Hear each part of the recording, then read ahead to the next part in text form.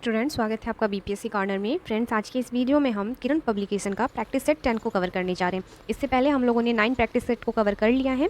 अगर आप मेरे चैनल पर नए आए हैं तो प्लीज़ मेरे चैनल पर इससे पहले जो प्रैक्टिस सेट हम लोगों ने कर रखा है आप उसे भी जाके सॉल्व कर सकते हैं। प्लस प्रीवियस के जितने सारे क्वेश्चंस हैं आप उन्हें भी जाके ट्राई कर सकते हैं। मेरे चैनल पर मैंने वो भी सॉल्व करके रखा हुआ है या सॉल्व करवाया हुआ है। तो फ्रेंड्स, अगर आप नए आए हैं मेरे चैनल पर तो सपोर्ट करने के लिए प्लीज़ लाइक, शेयर और सब्सक्राइब कर दीजिए, ताकि मैं भी थोड़ी मोटिवेट हो जाऊँ और अच्छी अच्छी वीडियो बनाने में मुझे काफ़ी हेल्पफुल होती है। तो फ्रेंड्स, बिना देरी किए हुए शुरू करते हैं आज का वीडियो और देखते हैं आज के महत्वपूर्ण सवालों को। आज का पहला सवाल है, 3 आर जो प्राकृतिक संसाधनों को दीर्घकालिक उपयोग के लिए संरक्षित करने में हमारी सहायता कर सकते हैं, वे हैं। तो ऐसे कौन से जो आर हैं जो प्राकृतिक संसाधनों को दीर्घकालिक उपयोग के लिए संरक्षित करने में हमारी सहायता करते हैं? तो जो ऑप्शंस हैं उसके अकॉर्डिंग जो हमारा आंसर हो जाएगा 4 आंसर हो जाएगा। कमी, रिड्यूस, रिसाइकल और पुनः उपयोग, रीयूज़। ये जो 3 आर हैं इससे जो है हम पर्यावरण संरक्षण के लिए जो है उपयोगी है। नेक्स्ट देख लेते हैं अगले सवाल को। हमारा अगला सवाल है, यह बीमारी एडीज मच्छर से फैलती है। तो कौन सी बीमारी है? तो डेंगू जो होती है एडीज मच्छर के काटने से होती है और जो है इसमें मच्छरों की कई प्रजातियां शामिल होती हैं। और एडीज जो एजीपीटी होता है मच्छर की पहचान इसके पैरों पर सफ़ेद बैंड और शरीर पर चांदी जैसी सफ़ेद तराजू के पैटर्न से की जा सकती है। अगले सवाल को देख लीजिए। हमारा अगला सवाल है, मलेरिया परजीवी का वाहक है। तो मलेरिया परजीवी का कौन वाहक है? तो यह हो जाएगा मादा एनीफिलीज मच्छर। ऑप्शन जो 1 है इसका राइट आंसर है। मलेरिया परजीवी के कारण होने वाली एक जानलेवा जो होती है बीमारी, जो संक्रमित मादा एनीफिलीज मच्छरों के काटने से लोगों में फैलती है और यह जो होता है प्लाज्मोडियम प्रोटोजोआ के कारण होता है। नेक्स्ट देख लेते हैं अगले सवाल को। हमारा अगला सवाल है, निम्नलिखित में कौन दूध को दही में परिवर्तित कर देता है? तो कौन परिवर्तित कर देते हैं दूध को दही में? तो यह जो किया जाता है कार्य जीवाणुओं के द्वारा। ऑप्शन जो ए है इसका राइट आंसर हो जाएगा। लैक्टोबैसिलस जो एक प्रकार का बैक्टीरिया होता है, ये जो होता है दूध को दही में परिवर्तित करते हैं और यह दूध के लैक्टोज भाग पर कार्य करता है और इसे लैक्टिक एसिड में बदल देता है। नेक्स्ट देख लीजिए अगले सवाल को। अगला सवाल है, नीचे 2 वक्तव्य दिए गए हैं, एक को अभिकथन और दूसरे को कारण कहा गया है। नीचे दिए गए कूट की सहायता से सही उत्तर का चयन करना है हमें। तो देख लेते हैं।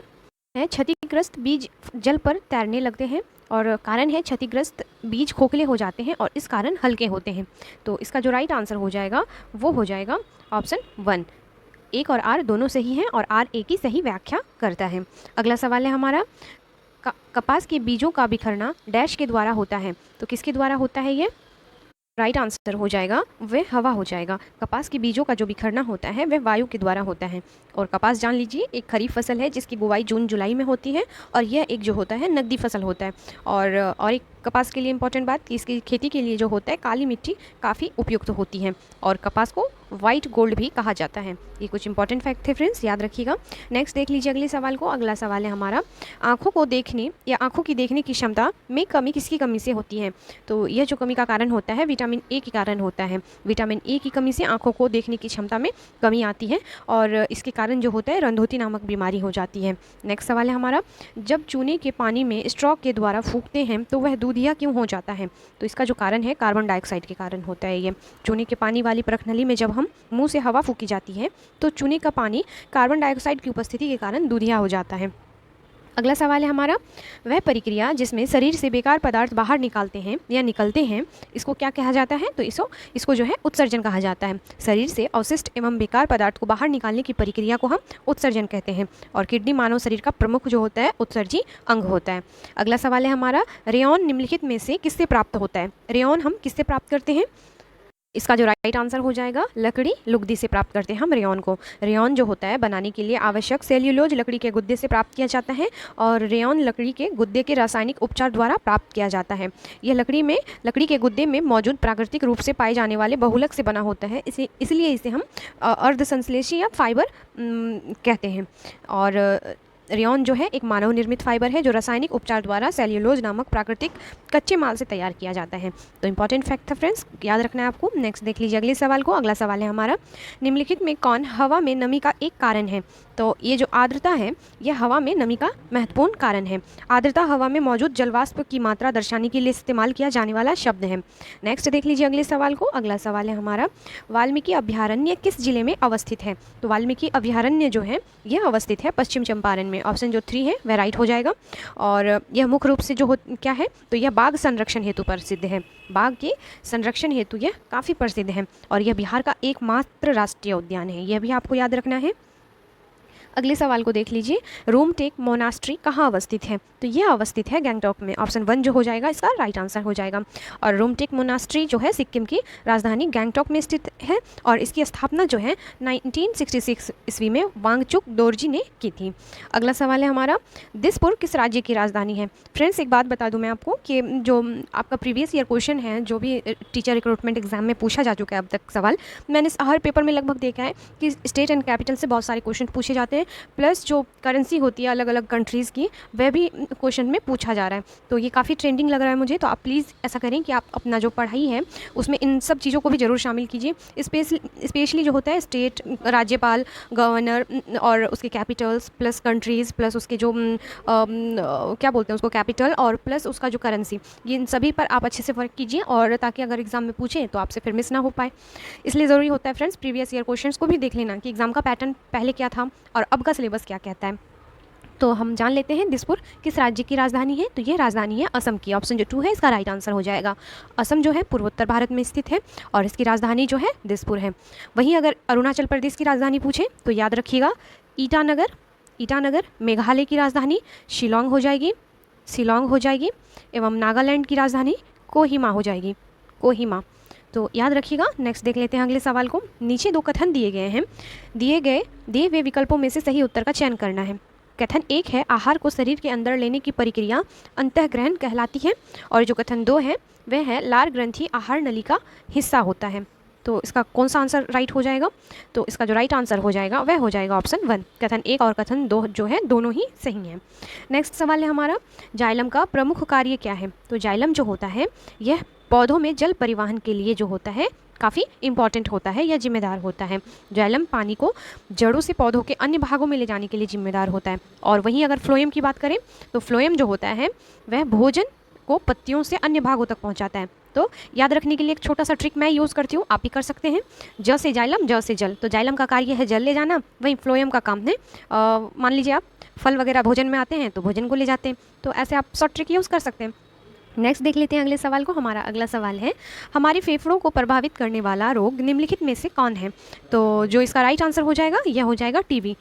जो हमारे फेफड़े को प्रभावित करने वाला रोग है वह टीबी है। ऑप्शन 4 इसका राइट आंसर हो जाएगा। और जो है यह एक संक्रमण है जो खांसने या छींकने के दौरान जो है हवा से फैलता है और माइकोबैक्टीरियम ट्यूबरक्यूलोसिस नामक एक प्रकार का बैक्टीरिया इसका प्रमुख कारण बनता है। नेक्स्ट देख लीजिए अगले सवाल को। अगला सवाल है हमारा, अंगकोर वाट मंदिर का निर्माण किसने करवाया था। तो अंगकोर वाट का निर्माण जो है करवाया गया था सूर्यवर्मन द्वितीय के द्वारा। ऑप्शन 2 इसका राइट आंसर हो जाएगा। और अंगकोर जो कहाँ अवस्थित है, तो यह कंबोडिया में अवस्थित है और यह 12वीं शताब्दी के राजा सूर्यवर्मन द्वितीय के शासनकाल में बनाया गया था। नेक्स्ट देख लेते हैं अगले सवाल को। सवाल है हमारा, ये जीव भालू जैसे दिखते हैं पर भालू नहीं है। ये दिन के करीब 17 घंटे पेड़ों से उल्टे सिर लटक कर मस्ती से सोते हैं। ये जिस पेड़ पर रहते हैं उसी के पत्ते खाकर पलते हैं, इसलिए इन्हें कहीं और जाने की ज़रूरत ही नहीं पड़ती। बताइए ये कौन सा जीव है। तो क्या आप जान पाए फ्रेंड्स कि ये कौन सा जीव है। चलिए जान लेते हैं इसके आंसर को। तो इसका राइट आंसर हो जाएगा ऑप्शन 2, ये है स्थौल। ऑप्शन जो 2 है इसका राइट आंसर हो जाएगा। स्थौल जो है ऐसे जानवर होते हैं जो भालू के समान दिखते हैं और ज़्यादातर समय पेड़ों पर लटके रहते हैं। और स्लॉथ जो है जिस पेड़ पर रहता है उसी के पत्ते को खाता है और जब वह उस पेड़ से पर्याप्त पत्ते खा लेता है तो वह पास के पेड़ पर चला जाता है। नेक्स्ट देख लेते हैं अगले सवाल को। हमारा अगला सवाल है, निम्नलिखित कथनों पर विचार करें और असत्य कथन का चयन करना है। तो जब आप ऑप्शंस पढ़ेंगे फ्रेंड्स तो इसका राइट आंसर जो होगा आपका ऑप्शन 4, ब्रेल लिपि 9 बिंदुओं पर आधारित होती है, ये इसका राइट आंसर हो जाएगा। और ब्रेल लिपि होती क्या है तो इसके बारे में जान लेते हैं हम। ब्रेल लिपि दृष्टिहीन लोगों के लिए पढ़ने लिखने का एक विशेष तरीका होता है। एक नुकीले औजार से उभरे हुए बिंदुओं की पंक्ति बनाकर मोटे कागज़ पर लिपि लिखी जाती है और जो लोग देख नहीं सकते वे पढ़ने के लिए उठे बिंदुओं पर अपनी उंगलियां चलाते हैं और उसके आधार पर जो है वह सभी चीज़ों को पढ़ पाते हैं। और इसके जो आविष्कारक हैं वह लुई ब्रेल हैं। नेक्स्ट देख लेते हैं अगले सवाल को। फिरोज़ गांधी पुरस्कार किस क्षेत्र में उत्कृष्ट प्रदर्शन के लिए दिया जाता है। तो यह जो दिया जाता है फिरोज़ गांधी स्मृति पुरस्कार, यह पत्रकारिता के क्षेत्र पर दिया जाता है। जो पत्रकारिता के क्षेत्र में उत्कृष्टता से जो कार्य करते हैं उसे यह पुरस्कार दिया जाता है। नेक्स्ट देख लेते हैं अगले सवाल को। अगला सवाल है हमारा, भारत रत्न भारत का सर्वोच्च नागरिक पुरस्कार अब तक केवल 2 विदेशी हस्तियों को दिया गया है। इन्हीं में से एक है नेल्सन मंडेला, दूसरे कौन है? तो यह जो है यह है खान अब्दुल गफ़ार खान। ऑप्शन जो 3 है इसका राइट आंसर हो जाएगा। खान अब्दुल गफ़ार खान को 1987 ईस्वी में और 1990 में नेल्सन मंडेला को जो है यह भारत रत्न मिला था, जो देश का हमारे सर्वोच्च नागरिक पुरस्कार होता है। नेक्स्ट देख लीजिए अगले सवाल को। नेक्स्ट सवाल है हमारा, नीचे 2 कथन दिए हैं, दिए हुए विकल्पों में से सही उत्तर का चयन करना है हमें। कथन 1 है टेफ्लॉन भोजन पकाने के पत्रों पर ना चिपकने वाली परत लगाने के काम आता है। कथन दूसरा है टेफ्लॉन एक विशिष्ट प्लास्टिक है जिस पर तेल और जल चिपकता नहीं है। तो जो इसका राइट आंसर हो जाएगा 1 इसका राइट आंसर हो जाएगा। कथन 1 और 2 जो है दोनों ही सही है, क्योंकि नॉन स्टिक कुकवेयर जैसे फ्राइंग पैन, सॉस पैन, ये सभी जो हैं पॉलीटेट्राफ्लोरोएथिलीन नामक सामग्री के साथ लेपित होते हैं, जिसे आमतौर पर हम टेफ्लॉन के रूप में जानते हैं। और टेफ्लॉन जो है कार्बन और फ्लोरीन परमाणुओं से बना एक सिंथेटिक रसायन होता है। और जो टेफ्लॉन होता है विशेष प्रकार का प्लास्टिक है जिस पर तेल और पानी नहीं चिपकता है, और इसलिए इसका उपयोग नॉन स्टिक कुकिंग पैन और अन्य कुकवेयर को कोट करने के लिए किया जाता है, जिसके कारण जो होता है इस पर जो खाना होता है वो नहीं चिपकता है। आई थिंक कि सबके घरों में ये होगा और सभी को पता होना चाहिए। नेक्स्ट देख लेते हैं अगले सवाल को। हमारा अगला सवाल है शेरशाह का मकबरा कहाँ स्थित है? तो शेरशाह का मकबरा कहाँ स्थित है? तो यह सासाराम में अवस्थित है। ऑप्शन जो 1 है इसका राइट आंसर हो जाएगा कि शेरशाह सूरी का मकबरा बिहार के सासाराम में अवस्थित है। नेक्स्ट देख लेते हैं अगले सवाल को। भूकंप के झटके पृथ्वी की सबसे ऊपरी परत के अंदर गहराई में विक्षोभ के कारण आते हैं। इस परत को क्या कहा जाता है? तो इस परत को हम क्रस्ट कहते हैं। पृथ्वी के झटके पृथ्वी की सबसे ऊपरी परत के अंदर गहरे विक्षोभ के कारण होती है, जिसे क्रस्ट कहा जाता है। और पृथ्वी की सबसे बाहरी परत छोटे छोटे टुकड़ों में बढ़ जाती है, जिसे हम प्लेट कहते हैं, और जो निरंतर गति में रहती है। और जब ये प्लेट आपस में टकराती है या टक्कर के कारण प्लेट जो है दूसरे के नीचे चली जाती है, तो पृथ्वी की पपड़ी में गड़बड़ी पैदा होती है, और इस विक्षोभ के कारण जो होता है पृथ्वी की सतह पर भूकंप आता है। नेक्स्ट देख लेते हैं अगले सवाल को। निम्नलिखित में कौन सा प्रतिजैविक है?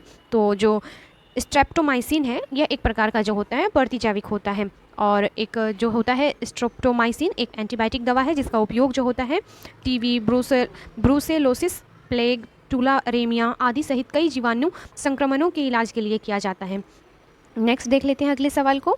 किस खेल को जेंटलमैन्स गेम कहा जाता है? तो किस खेल को कहा जाता है ये? तो ये कहा जाता है क्रिकेट को। ऑप्शन जो 3 है यह राइट आंसर हो जाएगा। क्रिकेट को जेंटलमैन गेम कहा जाता है। नेक्स्ट देख लेते हैं अगले सवाल को। अगला सवाल है हमारा, निम्नलिखित में से कौन सिंचाई से संबंधित है? तो कौन है सिंचाई से संबंधित? तो इसका जो राइट आंसर हो जाएगा वह हो जाएगा ऑप्शन 4 घिरनी, चेन पंप, ढेकली, रहट। ये जो हैं सभी जो है सिंचाई के जो होते हैं पारंपरिक तरीके होते हैं। नेक्स्ट देख लेते हैं अगले सवाल को।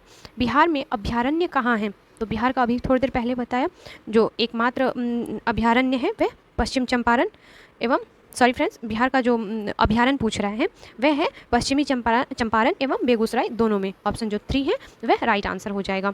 और जो है देख लेते हैं अगले सवाल को। हमारा अगला सवाल है हिमालय पर्वतारोहण संस्थान अवस्थित है? तो यह अवस्थित है दार्जिलिंग में। ऑप्शन 1 इसका राइट आंसर हो जाएगा। और जो है यहाँ एवरेस्ट पर चढ़ने वाले प्रथम व्यक्ति तेंजिन नोर्गे की जो है आदमकद मूर्ति लगी हुई है। अगला है सवाल हमारा, निम्नलिखित में से किस बीज का हवा द्वारा प्रसार होता है? इनको हमने पहले भी सॉल्व किया। तो कपास जो होता है हवा के द्वारा प्रसार होने वाला पौधा होता है या बीज होता है, याद रखिएगा, काफ़ी इंपॉर्टेंट है। नेक्स्ट देख लेते हैं अगले सवाल को।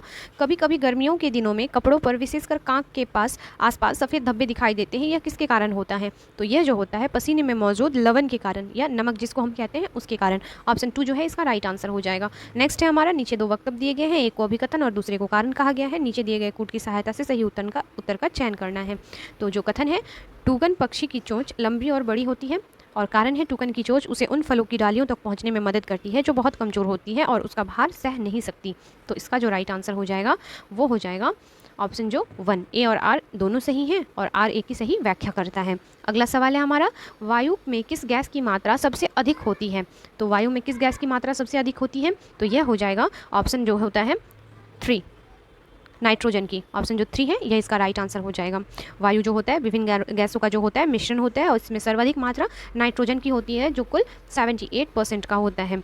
वहीं ऑक्सीजन 21% होता है, वहीं कार्बन डाइऑक्साइड 0.03% होता है। नेक्स्ट देख लेते हैं अगले सवाल को। एवरेस्ट की चोटी पर विजय प्राप्त करने वाली बिहार की महिला है, तो यह कौन महिला है? तो यह है निरुपमा अग्रवाल। ऑप्शन 1 इसका राइट आंसर हो जाएगा। नेक्स्ट देखते हैं अगले सवाल को। निम्नलिखित में कौन सा कथन मौसमी प्रवास के संदर्भ में सही है? मौसमी प्रवास के कारण संदर्भ में, तो इसका जो राइट आंसर हो जाएगा यह हो जाएगा, यह भूमिहीन श्रमिकों को धनोपार्जन का एक स्रोत देता है। ऑप्शन जो 4 है यह राइट हो जाएगा। वाले हमारा, आप किसी लिफ्ट में खड़े हैं तो आपके भार के कारण लिफ्ट की सतह पर क्रियाशील बल तो क्या होगा, शून्य होगा। अगर आप लिफ्ट 9.8 मीटर वर्ग सेकंड के त्वरण से नीचे आ रहे हो तो ऑप्शन जो 2 है यह इसका राइट आंसर हो जाएगा। नेक्स्ट देख लेते हैं अगले सवाल को। हेमाटाइट एक अयस्क है, तो हेमाटाइट जो है यह एक लोहे का अयस्क है। ऑप्शन जो 1 है इसका राइट आंसर हो जाएगा। और देख लेते हैं अगले सवाल को। अगला सवाल है हमारा, निम्नलिखित में से कौन प्रदूषण का मुख्य कारण है। तो प्रदूषण का जो मुख्य कारण हो जाएगा वह कल कारखानों और मोटर गाड़ियों से होता है। ऑप्शन 3 इसका राइट आंसर हो जाएगा। नेक्स्ट सवाल है हमारा, आप अमेरिका के किसी सॉफ्टवेयर कंपनी में काम करते हैं। आज से लगभग 75 वर्ष पहले आपके दादाजी डेरा गाजी खान से आकर न्यूयॉर्क में बस गए। आपके दादाजी का पैतृक निवास स्थल वर्तमान में किस देश में अवस्थित है।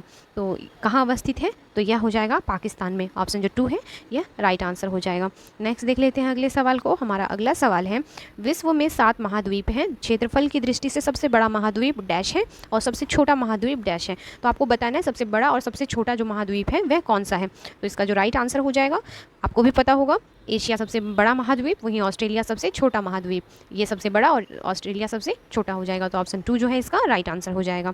नेक्स्ट देख लेते हैं अगले सवाल को। लोकतंत्र के स्वर नामक पुस्तक किस भारतीय नेता के भाषणों का संकलन है।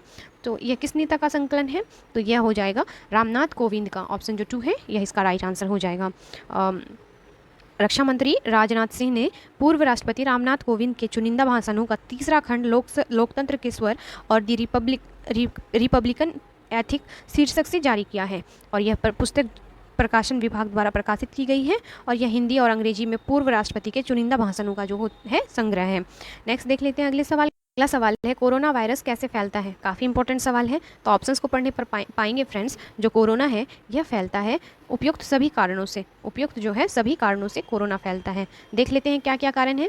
तो जब कोई व्यक्ति छींकता या खांसता है तो बूंदें हवा में फैल जाती हैं या ज़मीन और आसपास की सतहों पर गिर जाती हैं। यदि कोई व्यक्ति अन्य व्यक्ति के पास में है और बूंदों के द्वारा अंदर लेता है या इन सतहों पर छूता है और फिर आपके चेहरे, आँख या मुंह को छूता है तो उसे संक्रमण हो सकता है। यदि संक्रमित व्यक्ति से दूरी 1 मीटर से कम हो तो इन सभी जो होता है कारणों से हमें कोरोना हो सकता है। नेक्स्ट देख लेते हैं अगले सवाल को। अगला सवाल है हमारा, पर्यावरण अध्ययन में निम्नलिखित में से कौन सा समस्या समाधान के गुण है। तो यह जो हो जाएगा ऑप्शन A1, ए और बी दोनों है जो है पर्यावरण अध्ययन का जो होता है समस्या समाधान के गुण है, सृजन और चयन। नेक्स्ट देख लेते हैं अगले सवाल को। अगला सवाल है हमारा, लोहा प्रचुर मात्रा में पाया जाता है।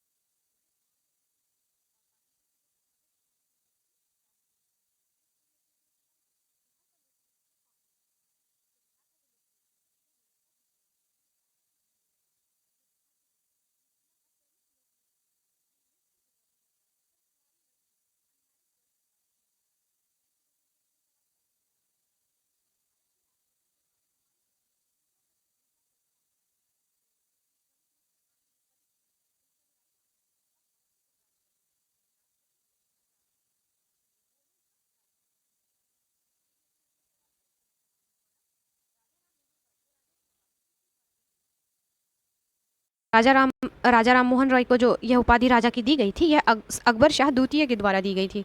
ऑप्शन जो 2 है इसका राइट आंसर हो जाएगा। अगला सवाल है हमारा, विद्यार्थियों के लिए EVS पाठ्यक्रम में विषयों और उप विषयों का चयन किया गया है। तो किस में किया गया है, तो इसका जो राइट आंसर हो जाएगा वह हो जाएगा तत्काल पर्यावरण की बेहतर समझ विकसित करने हेतु। ऑप्शन जो 4 है इसका राइट आंसर हो जाएगा। नेक्स्ट सवाल है हमारा, सौर पट्टी का स्रोत है। तो सौर पट्टी का जो स्रोत है वह ताप ऊर्जा का स्रोत है। ऑप्शन जो 2 है यह राइट आंसर हो जाएगा। और सौर पट्टी का जो होता है वह सिलिकॉन से बना होता है और जो सूर्य की रोशनी से चार्ज होता है। सवाल है हमारा, किस पौधे का बीज पक्षियों द्वारा बिखेरा जाता है? तो इसका जो राइट आंसर हो जाएगा वह हो जाएगा लसोड़ा। ऑप्शन 2 इसका राइट आंसर हो जाएगा। नेक्स्ट देख लेते हैं अगले सवाल को, मानव शरीर का लगभग 70% हिस्सा क्या है? तो यह जो है जल है। मानव का शरीर जो होता है 60 से 70% पानी का बना होता है या पानी होता है शरीर में, और पानी कई गतिविधियों में शामिल है जो परिवहन, उत्सर्जन, नमक के विघटन से लेकर आयनों को छोड़ने, तापमान नियमन को लेकर पोषक तत्वों के अवशोषण तक के कार्य को निपटाने में जो है मदद करता है। नेक्स्ट देख लेते हैं अगले सवाल को, पर्वतारोही अपने साथ ऑक्सीजन सिलेंडर ले जाते हैं क्योंकि इसकी ज़रूरत उन्हें पड़ती है। तो किस चीज़ के लिए पड़ती है? तो इसका जो राइट आंसर हो जाएगा ऑप्शन 3, सांस लेने के लिए, क्योंकि अधिक ऊंचाइयों पर ऑक्सीजन की मात्रा जो होती है वह कम हो जाती है। और जो होता है पर्वतारोही जो होते हैं घुटन से बचने के लिए ऊंचे पहाड़ों पर चढ़ते समय ऑक्सीजन सिलेंडर ले जाते हैं, क्योंकि ज़्यादा ऊंचाई पर जाने पर जो होता है हवा में ऑक्सीजन की जो उपलब्धता है वह धीरे धीरे कम हो जाती है, और जो होता है इस प्रकार जो होता है सामान्य श्वास लेने के लिए जो होता है पर्वतारोही अपने साथ ऑक्सीजन सिलेंडर ले जाते हैं। अगले सवाल को देख लीजिए। अगला सवाल है हमारा, मेघ बीजन में कौन सी प्रक्रिया शामिल होती है जो वर्षा लाने की तकनीक है? तो यह जो टेक्निक है यह हो जाएगा जब वातावरण में मौजूद जलवाष्प, धूल अथवा लवन के कण चारों ओर ठंडा और संघनित हो जाते हैं। ऑप्शन 2 जो है इसका राइट आंसर हो जाएगा। क्लाउड सीडिंग या मेघ बीजन कृत्रिम रूप से वर्षा उत्पन्न कराने की एक विधि है, और इस प्रक्रिया को जो होता है मानव निर्मित वर्षा के वृद्धि के रूप में जाना जाता है। और क्लाउड सीडिंग या मेघ बीजन की प्रक्रिया जो होता है के उपयोग के लिए किए जाने वाले सामान्य रसायनों में जो होता है सिल्वर आयोडाइड, पोटेशियम आयोडाइड और ठोस कार्बन डाइऑक्साइड या सूखी बर्फ और तरल प्रोपेन शामिल होते हैं। नेक्स्ट देख लीजिए अगले सवाल को। अगला सवाल है हमारा, मसूड़ों से खून आना, घाव का देर से भरना और पसलियों में दर्द रहना किस विटामिन की कमी से होता है? तो यह सभी का जो कारण होता है विटामिन सी होता है।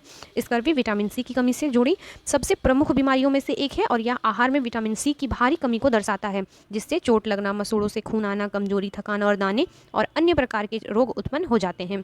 नेक्स्ट देख लेते हैं अगले सवाल को। अगला सवाल है हमारा, 66.5 डिग्री दक्षिण अक्षांश क्या दर्शाता है? तो यह दर्शाता है आर्कटिक वृत्त को। ऑप्शन जो 3 है इसका राइट आंसर हो जाएगा। आर्कटिक वृत्त जो होता है भूमध्य रेखा के लगभग 66.5 डिग्री दक्षिण में पृथ्वी के अक्षांश की समानांतर होता है। नेक्स्ट देख लीजिए अगले सवाल को। अगला सवाल है हमारा, एवीज गर्म रक्त वाले जीव होते हैं और उनका दिल डैश होता है। तो उनका जो हृदय होता है वह होता है 4 कक्षों वाला। नेक्स्ट सवाल है हमारा, जल संरक्षण में संलिप्त अलवर जिले से भारत का जल पुरुष कहे जाने वाले इस पर्यावरणवादी का नाम क्या है? तो इसे हम किस नाम से जानते हैं? तो यह है राजेंद्र सिंह। काफ़ी फेमस, अभी करंट न्यूज़ में भी कुछ दिन से रह रहे हैं, तो याद रखना है आपको भी। नेक्स्ट देख लेते हैं अगले सवाल को, लोकसभा की अध्यक्षता कौन करता है? तो लोकसभा की जो अध्यक्षता करते हैं या लोकसभा के अध्यक्ष या स्पीकर जी करते हैं। नेक्स्ट देख लेते हैं अगले सवाल को, कॉड लिवर ऑयल किसका स्रोत है? तो यह जो स्रोत है यह होता है विटामिन ए का। नेक्स्ट है हमारा सवाल, एक पारिस्थितिकी वातावरण के पिरामिड में तीसरा पोषण जो होता है स्तर वह किसका होता है? तो यह जो पोषण स्तर होता है यह मांसाहारी का होता है। ऑप्शन जो 4 है यह राइट हो जाएगा। वाले हमारा गतिज ऊर्जा का उदाहरण है। तो गतिज ऊर्जा का क्या उदाहरण हो जाएगा? तो चलती ट्रेन में बैठा आदमी और चलती ट्रेन, ये दोनों ही जो है गतिज ऊर्जा का जो है उदाहरण है।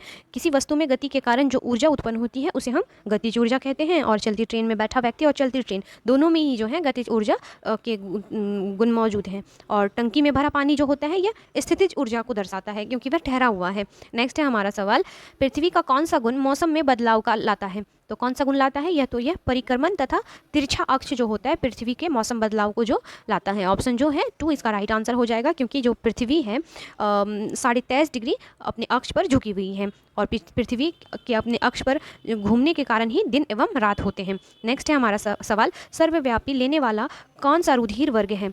तो कौन है यूनिवर्सल एक्सेप्टर? तो इसे हम जानते हैं AB के नाम से। जो भी AB ब्लड ग्रुप वाले होते हैं उन्हें हम यूनिवर्सल एक्सेप्टर कहते हैं।